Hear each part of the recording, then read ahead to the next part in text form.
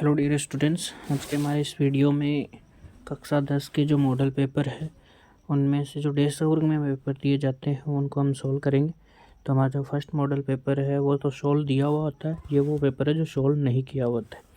तो देखिए, जो फर्स्ट क्वेश्चन है वो है कि 2√3 एक किस प्रकार की संख्या है। एक पूर्णांक है, एक परिमेय संख्या, एक अपरिमेय संख्या या फिर एक पूर्ण संख्या। तो देखिए 2√3 है। हमने इस जो हमारी चैप्टर नंबर 1 था परिमेय संख्या और वास्तविक संख्या वाला, उसमें हमने √3 को एक अपरिमेय संख्या सिद्ध किया है। और एक अपरिमेय संख्या को अगर हम किसी पूर्णांक से गुणा करेंगे तो जो संख्या आएगी वो एक अपरिमेय संख्या ही आएगी। ठीक है, तो एक अपरिमेय संख्या से किसी भी संख्या को गुणा करने पे उत्तर अपरिमेय ही होता है। तो हमारा जो उत्तर है, सही उत्तर है, वो हो जाएगा स। ठीक है, उसके बाद क्वेश्चन नंबर 2 है कि एक 3 घात वाले बहुपद के शून्याङ्कों की अधिकतम संख्या। तो जितनी घात का बहुपद होता है अधिकतम उतने उसके शून्याङ्क हो सकते हैं 3। देखो, अधिकतम 3 हो सकते हैं। 3 घात के बहुपद के 2 शून्याङ्क भी हो सकते हैं। ठीक है, कोई 2 शून्याङ्क समान आ जाए और कोई एक अलग आए तो उसके 2 ही शून्याङ्क होंगे वो, जिनमें से 2 एक्चुअल में इक्वल होंगे और बाकी अलग हो जाएगा। तो अधिकतम 3 हो सकते हैं, 3 से कम भी हो सकते हैं। तो ये आपको ये भी याद रखना है। क्वेश्चन नंबर 3 है कि 4 छात्रों की संख्या की में प्राप्तांक है वो 53, 75, 42, 70 है। तो इसके प्राप्तांक को समांतर माध्य ज्ञात कीजिए। तो देखिए, समांतर माध्य किस तरीके से ज्ञात किया जाता है वो सीखते हैं हम। समांतर माध्य, तो समांतर माध्य ज्ञात करने के लिए जिसका जो फॉर्मूला है वो होगा आंकड़ों का योग,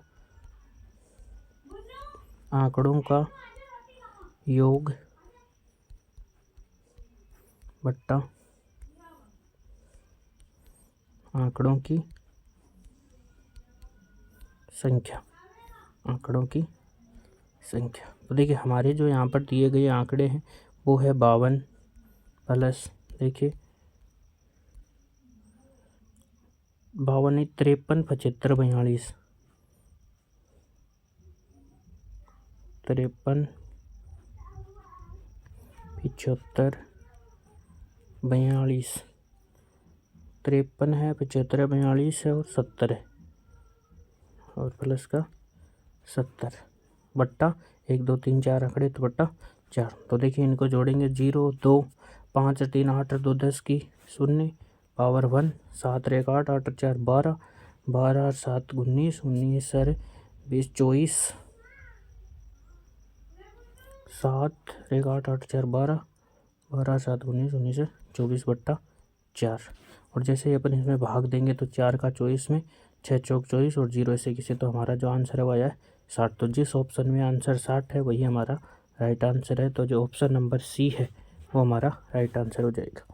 क्वेश्चन है अगला, के का मान जिसके लिए समीकरण निकाय x प्लस वाई माइनस 4 बराबर 0 तथा 2x प्लस का के वाई बराबर 3 का कोई हल नहीं है। तो देखिए, हमारे पास 2 समीकरण दे रखी हैं जो हम इधर लिख लेते हैं। x प्लस का वाई माइनस का 4 बराबर 0 है। एक तो ऐसा समीकरण दे रखा है और दूसरा है 2x प्लस का के वाई, 2x प्लस का के वाई। और देखिए, यहाँ पर जो समीकरण है, यहाँ पर इसके ये जो बराबर में दे रखा है 3 को अपन बराबर के इस तरफ लेकर आते हैं तो ये जाएगा माइनस का 3। तो ये माइनस के 3 बराबर 0। अब हमें देखिए इस समीकरण के निकाय के लिए के का मान वो ज्ञात करना है जिसमें निकाय का कोई भी हल नहीं है, मतलब हल न हो। तो जब हल नहीं होते हैं तो रेखा का प्रकार, देखो 3 तरीके की आपने रेखा पढ़ी है। एक तो ऐसे प्रतिच्छेदी रेखा, तो इसका सिर्फ एक हल होता है। ठीक है, दूसरा ऐसे समांतर रेखा, इसका कोई भी हल, 0 हल होते हैं, मतलब इसका कोई हल ही नहीं होता है। तो ये एक प्रकार की रेखा है। और एक ऐसी रेखा है, जैसे एक रेखा ये है और उसके ऊपर जस्ट सीधी रेखा, उसके ऊपर ही रेखा होती है, तो इसको बोलते हैं संपाती रेखा। और इसके अनेक हल होते हैं, इसका कोई हल नहीं होता और इसका एक हल होता है। तो ये बोला कि हमें इन दोनों समीकरणों को समांतर रेखाओं का समीकरण बनाना है। और समांतर रेखा का समीकरण क्या होता है, हम इसमें निकालते हैं a1/a2 उसमें बराबर होना चाहिए B1 अपॉन में B2 के, लेकिन ये बराबर नहीं होना चाहिए C1 अपॉन में C2 के। अगर तीनों के तीनों A1 ये अनुपात बराबर होंगे तो ये रेखा बनेगी, इस अनुपात से ये रेखा बनेगी, और जब A1 अपॉन A2 बराबर नहीं है, इस वाले के लिए अनुपात हो जाएगा A1 upon A2 don't equal to B1 upon में B2। तो इसके लिए ये अनुपात रहेगा, इसके लिए जो अपना पर्सन है उसके लिए ये अनुपात, और तीनों बराबर तो संपाती। तो देखिए यहाँ से हम निकालते हैं, तो यहाँ से A1 इस वाले में से जो अक्ष का गुणांक हुआ A1, तो अक्ष का गुणांक 1, ठीक है, इसमें गुणांक 2, और B1 है y का गुणांक, तो देखिए यहाँ पर y का गुणांक है 1, और यहाँ से y का गुणांक k, ठीक है। और जब k को अपन इस तरफ यहाँ से वज्र गुणा करते हैं, k को इससे गुणा करेंगे तो यहाँ से आ जाएगा k, ठीक है, और 2 को इधर गुणा करेंगे तो उत्तर आएगा 2, तो k बराबर आंसर आएगा 2। तो जिस ऑप्शन में उत्तर 2 दे रखा वही हमारा राइट आंसर हो जाएगा। तो द में ऑप्शन 2 है, तो ये हमारा राइट आंसर। अगला क्वेश्चन है कि एक समांतर श्रेणी है -15, -11, -7, इसका हमें 49वां पद ज्ञात करना है। देखो -15 और -11, -15, -11, -7, और ऐसे करके 49 इसका लास्ट टर्म है 49, इसका 9वां पद। देखियो जब भी हमें जैसे 9वां पद ज्ञात करना है ना A9, तो हम क्या करते हैं A जोड़ 8D करते हैं, ठीक है। यहाँ से हमारे पास 8 है, माइनस A है -15 प्लस 8 ऐसा कैसा, और D हमारे पास आ जाता है, तो इसका सोल्यूशन आ जाएगा। D कैसे ज्ञात करेंगे, D होता है A2 - A1, तो यहाँ पर देखिए ये A1 और ये A2 और ये A3, तो देखिए A2 की जगह तो -11 और माइनस का चिन्ह, और A1 की जगह -15 रखें तो +15, और 15 में से 11 जाएंगे तो +4, तो यहाँ पर 4 रखोगे तो -15 प्लस 8 चौका 32, तो ये घटाना है, 15 घटाना है, तो देखिए 15 घटा देते हैं। अगर 30 होते 15 जाते तो 15 बचते, और 2 एक्स्ट्रा है तो 15 2 17, तो जिस ऑप्शन में, और 32 प्लस का है तो उत्तर भी प्लस के, तो जिस ऑप्शन में 17 आंसर है वही हमारा राइट आंसर, ऑप्शन नंबर से, ठीक है। उसके बाद चलते हैं नेक्स्ट क्वेश्चन में। तो जो नेक्स्ट क्वेश्चन है वो है कि यदि त्रिभुज ABC और DEF में AB बट्टा DE बराबर है BC बट्टा FD के, तो किस कंडीशन में, मतलब क्या कंडीशन लगाएं कि वो दोनों त्रिभुज क्या हो जाए, समरूप हो जाए, मतलब किन दो कोणों को, संगत कोण कौन से होंगे। तो देखिए हमें इधर लिख लेता हूँ मैं कि हमें दे रखा है, जैसे मान लेते हैं कि ये दोनों त्रिभुज दे रखे हैं और इनके अंतर्गत जो भुजाएं दे रखी है AB बट्टा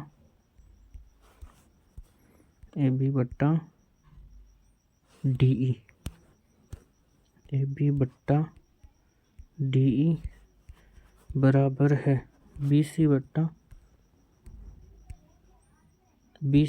FD,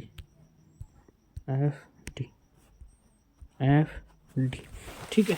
तो देखिए इस कहने का मतलब ये है कि ये दोनों त्रिभुज समरूप है, और समरूप आकृतियों को यदि हम दोनों एक जैसी ही दिखती है, समरूप को अगर अपने एक दूसरे के ऊपर रखें तो एज इट इज़ तो कवर नहीं कर पाती है, लेकिन वो उनको कवर कर लेते हैं। जैसे हम इस त्रिभुज को DEF को उठाकर इसके अंदर इस तरीके से रखते हैं, ठीक है। इसके अंदर हमने रखा, अभी देखो इसको हमने नाम डिसाइड नहीं किया है, D कहाँ है, E कहाँ है। इस जो हमें कंडीशन ये वाली दे रही, इस क्वेश्चन में कईयों के डाउट है, कई बच्चों का ये सॉल्व नहीं होगा, कईयों की दिक्कत आ रही है। तो देखिए आपको अच्छे से देखें, AB भुजा है वो इस त्रिभुज की DE भुजा के साथ आनी चाहिए, मतलब ये जो A से B ये भुजा है, इसकी तरफ ये वाली भुजा, इस पे D और E आना चाहिए। अब D और E को भी अभी भी हमने डिसाइड नहीं किया है कौन सा है। उसके बाद जो BC भुजा है, मतलब ये वाली भुजा, इस भुजा की तरफ F से D आना चाहिए, ये F से D होना चाहिए, ठीक है। इसका मतलब देखो इस भुजा में भी D है भाई, AB के साथ में है DE, मतलब ये DE होगी, और इसमें FD, मतलब ये FD होनी चाहिए। तो D 2 बार आ रहा है इन दोनों में, इसका मतलब हमें जो D है वो इसको मानना पड़ेगा, ये है D, ठीक है। और अब AB के अनुपात में DE है तो ये E हो जाएगा, ठीक है, और ये F हो जाएगा, ठीक है। इस तरीके से ये दोनों त्रिभुज समरूप है। अब हमें इनका अनुपात, अब हम कह सकते हैं कि यहाँ से AB भुजा है ना, ये वाली भुजा, इसका इसके अनुपात होगा, AB को ED लिखो चाहे DE लिखो, एक ही बात है, ठीक है। और तो यहाँ से हम कह सकते हैं कि AB DE बराबर है BC बट्टा DF के। ठीक है, अब संगत कोण, अब देखिए जो समरूप त्रिभुज होते हैं उसकी समरूपता की दो कंडीशन होती है। समरूपता दो कंडीशंस होती है। पहला, इसका जो संगत कोण होता है, संगत कोण वो तो होने चाहिए बराबर, संगत कोण तो होने चाहिए बराबर, लेकिन जो भुजा है, संगत भुजाएं, संगत भुजा है उसके लिए क्या, इसका अनुपात बराबर होना चाहिए, अनुपात बराबर आए तब ये दोनों कंडीशन, ये दोनों जो त्रिभुज है या जो आकृतियाँ हैं वो क्या कहलाती है, समरूप। तो हमें संगत भुजा का अनुपात बराबर दे रहेगा, इसका मतलब हमें संगत कोण बराबर दे दिया जाए तो हम कह सकते हैं। तो अगर प्रश्न में A कोण E या तो ये पर दे रखा है वो ऑप्शन सही है, या BD के बराबर दे रखा है वो सही है, या FC के बराबर दे रखा है वो सही है। तो देखिए हम ढूंढते हैं कोण A को E के, क्या कोण AE के साथ दे रखा है, देखिए कोण A यहाँ E के साथ नहीं है तो ये ऑप्शन नहीं है। ठीक है, कोण A के साथ में F है तो ये वाला भी ऑप्शन नहीं है। फिर उसके बाद देखिए A के साथ ही नहीं, B के साथ में D, तो देखिए B के साथ में D ये रहा, इस वाले में है, ये इसमें है तो ये सही है। ठीक है, और B के साथ में D होगा नहीं तो ये वाला भी गलत है। तो इसका ऑप्शन नंबर A है वो हमारा इसका राइट आंसर हो जाएगा। तो आप इसको अच्छे से सोल्व करें। ये वाला क्वेश्चन कईयों को दिक्कत दे रहा है क्योंकि बच्चे क्या करते हैं, इसको ऐसा चित्र बनाते हैं कि भाई ये वाला त्रिभुज ABC है, ठीक है, और इसके अंतर्गत ये त्रिभुज है वो DEF है, तो यहाँ से A कोण बराबर D हो जाता है, तो A को D के बराबर कर देते हैं। तो ऑप्शन नंबर B पर ज़्यादा टिक करते हैं, तो इस पर थोड़ा सा ध्यान रखें, क्वेश्चन कंफ्यूजिंग करने वाला है। उसके बाद चलते हैं नेक्स्ट क्वेश्चन में। तो नेक्स्ट क्वेश्चन है कि बिंदु 3,4 की अक्ष से दूरी है। निर्देशांक जैसे ही आपने पढ़ा है, ये अपनी अक्ष होती है और ये वाली y अक्ष। हम जानते हैं कि y अक्ष पे जो भी निर्देशांक है वो इस अक्ष से लंबवत दूरी है, और जो भी यहाँ पर अक्ष का निर्देशांक आएगा वो y अक्ष से लंबवत दूरी होता है। ठीक है ना, दूरी होता है।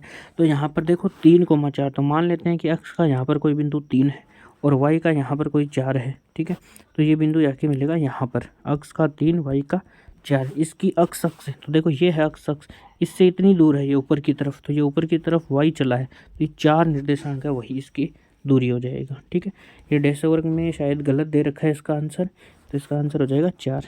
ठीक है, तो आप इसको अच्छे से देखकर सोल्व करें। उसके बाद में देखिए इस वाले क्वेश्चन में क्या करते हैं, ये दे रखा है तो यहाँ से देखिए आप अगर -8 को कॉमन लेते हैं, यहाँ से -8 कॉमन आया तो ये बनेगा कोसेक स्क्वायर A। ठीक है, और यहाँ से देखिए 8 तो माइनस बाहर आ गया है, लेकिन माइनस बाहर ले लिया तो यहाँ बचेगा माइनस का कोट स्क्वायर A। ठीक है, हमें अब इसकी वैल्यू फाइंड आउट करनी है। तो देखिए आपको SC ST की ट्रिक बहुत ही अच्छे से सिखाई गई है, जिसने क्लास ली है उसको पता है, जिसने ले ली वो यहाँ पर देख ले। SC ST, ठीक है, S के साथ में C है तो S साइन है और C कोस है, S के साथ में T है तो T टेन है और S सेक है। ठीक है, इन सब का स्क्वायर करना है। ठीक है, यहाँ पर जो भी है थीटा आएगा सब में ही। ठीक है, इसमें तो लगाना है प्लस और इसमें लगाना है माइनस, और दोनों के बराबर में आता है 1। ठीक है, अब जो तीसरी ट्रिक है उसमें लॉजिक ये है कि बस इस वाली के साथ में प्लस CO कर दो। इस ट्रिक में अगर हम CO जोड़ दें तो देखो सेक में CO जोड़ेंगे तो आएगा कोसेक स्क्वायर थीटा, माइनस का चिन्ह ऐसा कैसा, टेन में CO जोड़ोगे तो टेन का बनता है कोट स्क्वायर थीटा बराबर 1। ठीक है, कोसेक स्क्वायर थीटा, तो देखिए यहाँ पर हमारी थीटा की जगह A है तो कोई दिक्कत नहीं, कोसेक स्क्वायर थीटा माइनस का कोस स्क्वायर थीटा वाली परिमेय लग रही है तो इसकी वैल्यू हम लिख देंगे, इसकी जगह पर हम पुट कर सकते हैं 1। तो आगे -8 गुणा कोष्टक में 1, तो जो गुणा होगा तो आंसर आएगा -8। तो जिस ऑप्शन में आपको -8 दिखे वो आप सोल्व कर सकते हैं। देखिए इसको मैं एक बार फिर से, तो इसका ऑप्शन तो है वो हमारा हो जाएगा सही। ये SC ST की ट्रिक जिस बच्चे ने नहीं देखी है वो इसको ज़रूर नोट कर ले या स्क्रीनशॉट ले ले और अच्छे से याद कर ले, आगे भी बहुत काम आएगी। और जो हमारे 8.4 है जो बड़े क्वेश्चन वाली एक्सरसाइज है वहाँ पर जिस किसी भी सर्वसमयिका की ज़रूरत पड़ेगी तो आपको ये याद रखनी ज़रूरी है, तो आप इसको अच्छे से याद कर लें। ठीक है, तो इस तरीके से इसका आंसर हो जाएगा से। उसके बाद चलते हैं नेक्स्ट क्वेश्चन में। तो देखिए हमारे पास अगला क्वेश्चन है कि निम्न आकृति में एक आकृति दे रखी है जो कि ये रही। ठीक है, यह आकृति हमें दे रखी है। निम्न आकृति में अच्छी तरीके से तनी हुई एक 20 मीटर लंबी रस्सी है, वो भूमि पर सीधे लगे एक खंभे के शीर्ष से बंधी हुई है। यदि भूमि के साथ रस्सी द्वारा बना कोण 30 डिग्री का है तो खंभे की ऊंचाई ज्ञात कीजिए। तो हमें खंभे की ऊंचाई ज्ञात करनी है। तो देखिए इसको किस तरीके से हम सोल्व करते हैं। यहाँ पर देखिए कि ये जो क्वेश्चन है इसमें थोड़ा सा मिसप्रिंट है, क्योंकि यहाँ पर हमें जो दूरी ऊंचाई है वो तो 20 मीटर दे रखी है और चित्र में 30 मीटर दे रखा है। तो हम पर्सन वाले को सही मानकर एक बार क्वेश्चन सोल्व करते हैं। अगर इससे आंसर आता है तो हमारा ये मानना सही हो जाएगा। अगर इससे आंसर नहीं आ रहा है तो फिर हम 30 मानकर आंसर निकालेंगे। अगर 30 मानकर आ जाता है तो इसमें 30 माने। ठीक है, पहले पर्सन वाले को हम सोल्व करते हैं। तो देखिए वो जो हमारा चित्र है वो कुछ ऐसा है। ठीक है, ये खंबा है और ये इससे डोरी जो है वो बंधी हुई है 20 मीटर ऊंची। ठीक है, उसके बाद में देखो बताया गया है कि ये जो डोरी है वो भूमि से बंधी हुई है, वहाँ पर 30 डिग्री का कोण बना रही है। मतलब ये वाला कोण 30 डिग्री का है और हमें क्या ज्ञात करना है, हमें इस खंबे की ऊंचाई, मतलब ये खंबे की ऊंचाई ये वाली ज्ञात करनी है। तो देखिए जब थीटा ये है तो इसके लिए ये वाली जो भुजा है वो हो गई लंब एल। ठीक है, और ये वाली भुजा है वो हो गई कर्ण और ये वाली भुजा हो गई आधार। ठीक है, हमें ये देखकर ये पूछ रहा है मतलब लंब और कर्ण। तो बताओ लंब और कर्ण या फिर कर्ण और लंब ये किस में आता है। आप सबको लाल बट्टा कक्का का फॉर्मूला अच्छे से याद होगा। तो लंब और कर्ण आता है साइन में, तो हम यहाँ पर साइन थीटा लगाएंगे। ठीक है, तो साइन और थीटा हमारे पास 30 डिग्री है, तो साइन 30 डिग्री बराबर लंब बट्टा कर्ण। लंब हमें ज्ञात करना है, कर्ण हमें 20 दे रखा है। साइन 30 की वैल्यू 1/2 होती है। लंब ज्ञात करना तो लंब को एक बार लंब पड़ा रहने दो, कर्ण का मान 20 रख दिया। ठीक है, दोनों तरफ काटेंगे तो ये 10 और ये 10 इस 1 से गुना होगा तो L बराबर 10 आ जाएगा। ठीक है, मतलब जो खंबा है वो 10 मीटर ऊंचा है। हमारे ऑप्शन में 10 आंसर है तो 10 हो जाएगा। देखिए जो चित्रानुसार अगर हम सोल्व करेंगे, चित्रानुसार सोल्व करेंगे तो यहाँ से थोड़ा सा चेंज होगा 1/2 और यहाँ पर लंब जो खंबे की लंबाई हमें मान ज्ञात करनी है वो ऐसी रहेगी, बस ये ऊंचाई 30 हो जाएगी। ठीक है, और यहाँ से अगर हम काटेंगे तो जो L है वो आ जाएगा 15। ठीक है, तो L 15 जो कि इस ऑप्शन में अगर दिया हुआ होता तो हम इस चित्र को मानकर आंसर निकालते, अन्यथा आप 20 मानकर निकाले। तो ये थोड़ी सी मिसप्रिंट है, तो आप इसको अच्छे से देख लें। यहाँ पर जो पर्सन में दे रखा वही सही है, चित्र में 30 दे रखा तो आप 30 से करोगे तो आंसर आपका आंसर तो आएगा, लेकिन हमारे ऑप्शन में नहीं है, उनमें से नहीं आएगा। ठीक है, फिर चलते हैं हम नेक्स्ट क्वेश्चन में। इसका आंसर है वो 10 आ ही गया है। क्वेश्चन नंबर जो अगला है वो है कि यदि 6, 4, 7 P तथा 10 का माध्य 8 है तो P का मान ज्ञात कीजिए। तो देखिए माध्य क्या होता है, आंकड़ों का योग बटा आंकड़ों की संख्या। तो 6 + 4 + 7, 6, 4, 7 + P + 10 इन सब का माध्य 8 है। मतलब माध्य तो बराबर माध्य तो हमें दे रखा है 1, 2, 3, 4, 5 हमारे आंकड़े हैं। तो देखिए इसको इधर गुणा कर देते हैं तो रहता है 40 और बराबर इनको जोड़ लेते हैं। 6 × 4 10, 10 × 10 20, 20 और 27 प्लस का P 5 उधर चला ही गया है। जब अपन y 27 को इस तरफ लाएंगे तो 40 - के 27 बराबर में P। 40 में से 27 घटाएंगे तो 13। ठीक है, तो जो यहाँ पर 13 दे रखा वही ऑप्शन हमारा सही हो जाएगा। तो ऑप्शन नंबर 13 कहीं भी नहीं दे रही, P का मान इसमें तो कहीं दे नहीं रखा, -13 दे रखा है। तो उत्तर देखिए माइनस में आ रहा है क्या, 8, 5, 40 तो इस माध्य ऐसा तो कुछ हो नहीं रहा है। 6, 4, 7 + P + 10 बट्टा आंकड़ों का योग बट्टा आंकड़ों की संख्या का माध्य 8 है। तो 8, 8, 5, 40, 10 और 20, 27 प्लस के माइनस के। तो ये यहाँ पर ऑप्शन में कोई मिसप्रिंट हो गई होगी। डेस वर्ग में कुछ ऐसा ही दे रखा है, तो आप इसका आंसर वैसे तो यहाँ नहीं दे रखा है, तो ये जो है वो यहाँ पर 13 आएगा। आप अपने सॉल्यूशन पे ध्यान दें, ऑप्शंस पे ना जाए, कहीं मिस्टेक होकर गलत भी हो सकता है, तो उससे कोई फ़र्क नहीं पड़ता। अपने आंसर अच्छा निकाला तो अपना आंसर वही हो जाएगा। ये आंसर आएगा 13, जो पी की हमारी यहाँ वैल्यू आई है वही राइट आंसर होगा। ठीक है, उसके बाद में नेक्स्ट क्वेश्चन है, निम्न आकृति में यदि टी से पी, टी से क्यू, केंद्र ओ पर किसी वृत्त पर दो स्पर्श रेखाएं इस प्रकार है कि पी ओ क्यू 115 डिग्री है, तो पी टी क्यू हमें ये वाला कोण ज्ञात करना है। तो देखिए, जैसा कि आप जानते हो कि यहाँ पर एक चतुर्भुज बन रहा है। ठीक है, ये वाला आप जानते हो कि ये त्रिज्या और ये स्पर्श रेखा यहाँ पर बनाती है 90 डिग्री का कोण, तो यहाँ पर भी 90 डिग्री का कोण। ये हमें 115 दे रखा है, मतलब इस चतुर्भुज के चारों कोण है 90, 90 प्लस 115, और ये एक है जो हमें ज्ञात करना, उसको हम मानते हैं अक्ष। तो चतुर्भुज के चारों कोणों का योग होता है 360 डिग्री। तो देखो 90 90 180 और प्लस में 115 है, प्लस में अक्ष बराबर 360 डिग्री।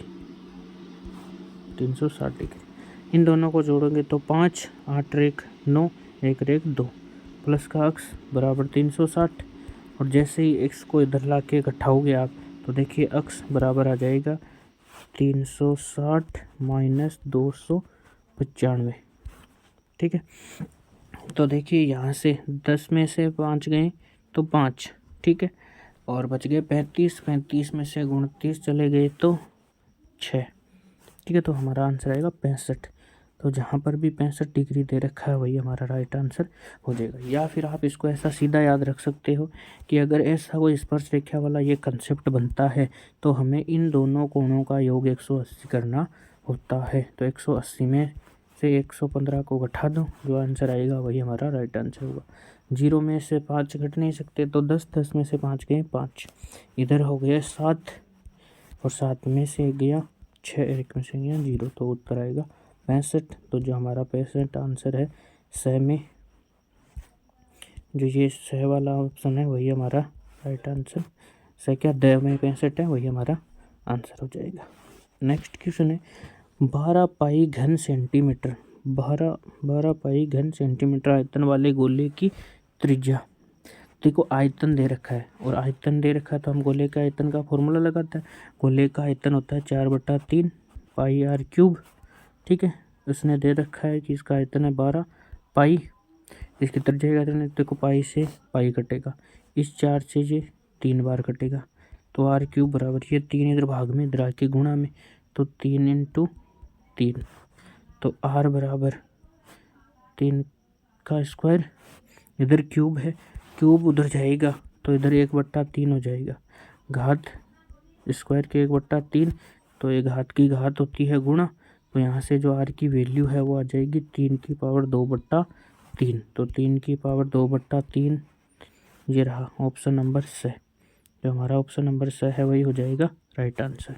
ठीक है, इस प्रकार से आप इसको सोल्व कर सकते हैं। रफ कर देते हैं इसको, किस हिसाब से निकालना है वो आपको बता ही दिया है, तो जो आंसर हो जाएगा सही। नेक्स्ट क्वेश्चन है कि किसी वर्त का त्रिज्याखंड उस वर्त का चतुर्थांश है। तो देखिए इसको कैसे, ये अगर वर्त है, अब त्रिज्याखंड होता है 2 त्रिज्याओं से और एक चाप से बना हुआ, तो ये बोला है कि वो चतुर्थांश है।